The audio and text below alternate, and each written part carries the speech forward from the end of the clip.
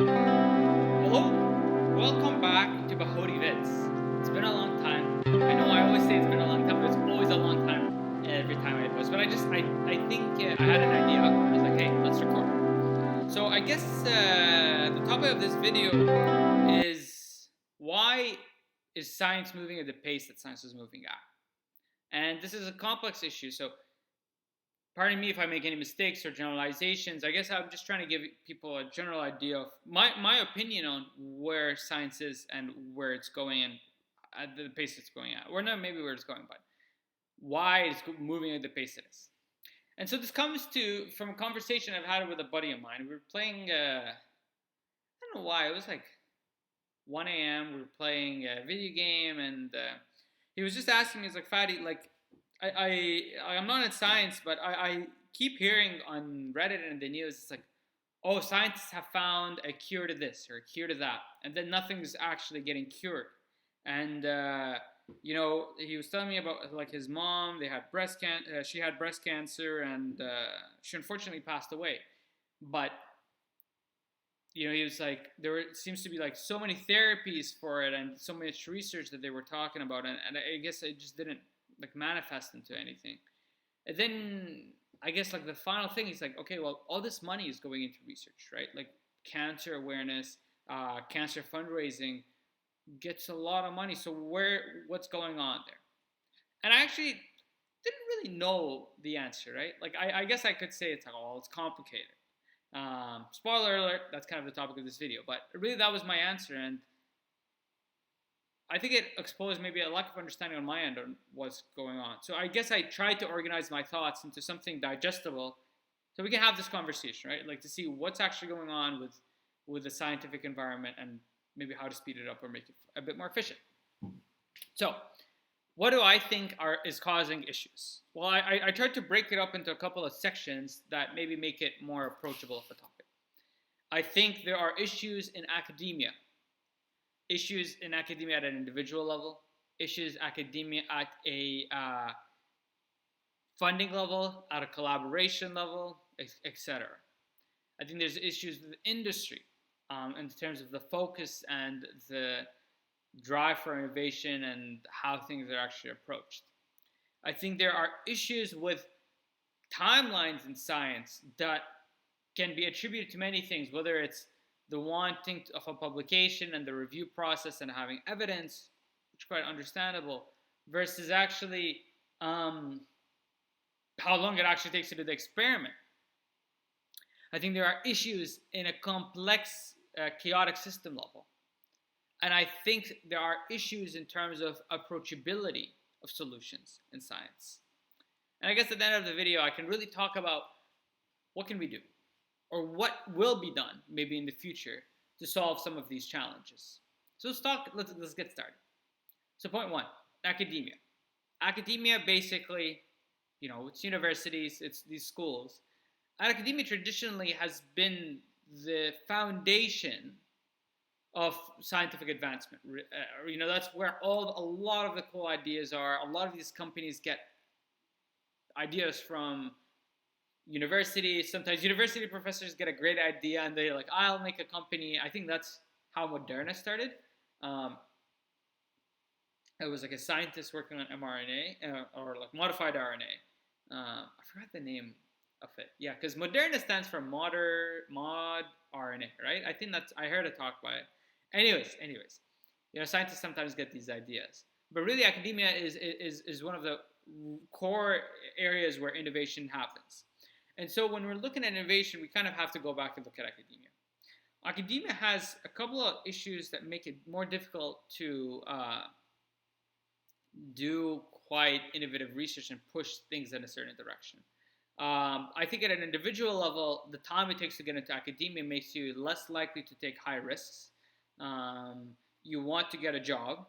You want to get a promising academic position. So you're going to focus on topics that you think can get you higher or better likelihood of publications. Now, this isn't everybody, but safety in academia, you're not working on an absolutely bonkers synthetic biology project that is completely out there. I mean, some people do. I mean, that's fine. But a lot of it is safe. You're studying X protein or you're studying a certain pathway, which I mean has a lot of promise, but you're not actually pushing the envelope of new fields and everything. It's kind of like an optimization type of science rather than a brand new field of science, right? And I mean, optimization science works. That's how we got, CRISPR-Cas9. It was, I think it was a Spanish scientist in the 80s who started studying bacterial defense systems, and then it went up till 2011, where it was two women and a man who actually managed to figure out how to use CRISPR-Cas9 effectively. I think actually it was a little bit of drama about it because the man actually submitted first, but he was missing something in his submission that I think Charpentier and Dodna, pardon me if I get the names wrong, they actually found it. But essentially he was rejected from the journal, and they got in, I think it was Science first go. So yeah, it was definitely, I remember that drama a while back. Anyways, but that science, that approach works, and it does give, but it took us 30 years for just CRISPR-Cas9. And we're probably going to need a lot more like CRISPR-Cas9 to solve a lot of these core issues.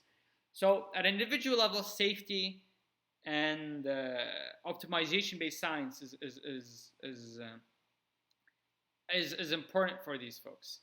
And on top of that, you have at an individual level, the topic of your lab stays consistent for a lot of times. What I mean by that is you pick a certain topic, you need to specialize in it. You want to become the expert in that topic. And what that means is you don't have that plasticity to tackle new ideas. So even if you were focusing on protein pathways, sometimes sometimes some people focus on broad things. But what I guess I'm trying to say is you have ideation momentum behind you. And the momentum carries you in a certain thought process that might not actually be conducive to big innovation in the long term. I think it leads to more optimization-based science. And so that's at an individual level, and that's, I think, why we don't often see serendipitous kind of discovery, like the same way, I hit a vial, and probably also because the threshold for serendipitous discovery has also went up based on our knowledge. At a secondary thing, really, it's the grant funding. You're looking at grants. Grants also need to be safe, right? Like you want to win a grant prize. The idea has to be promising, of course, but you need to be able to deliver on results, right? So the funding necessary makes it so you're not putting absolutely bonkers ideas out there. And furthermore, I think on top of funding being an issue, I think collaboration is an issue. And what I mean by that is, before COVID, and I'll talk why COVID changed things a little bit, but folks, the collaboration landscape would be, okay, I have an idea, I'm going to work with it in my lab. Oh, I'm going to go to a conference. Oh, okay, my buddy at this conference seems super cool. Let's see if I can collab with them or collaborate from a certain university. And I guess the scale of collaboration, not just, I think there's a ton of collaboration, even in medicine, at multi-center trials and all of that. That's still collaboration, but collaboration ideation is actually not as frequent as I think would be necessary to create powerful scientific discoveries that shake our core understanding of science. And that's it's getting better now in COVID, and that's just because COVID, I think, put pressure on scientists for rapid discovery, right? That's how we got the what's it called? Like COVID vaccine so quickly, but it's still, I think, not as advanced as is necessary to drive us to the point where we need to be. And so that's the academia part. I think at an industry level, it's very focused on results. I mean, industry has an interesting approach to things because I actually think industry is more open to brand new innovative ideas in a certain sense than than certain researchers. I mean, they're thinking about application consistently, and so they're like, I think this particular technique is promising, and I want to try it. Right? They're always thinking about this and that and building up on stuff that's already there. The problem is at industry, it's very result focused, and so if imagine you finish your postdoc, you want to move to industry, you want to go in academia. Your managers, from what I've heard, are very focused. I need this result at this time for this month, right? And because really the company has investors that it needs to report back to, and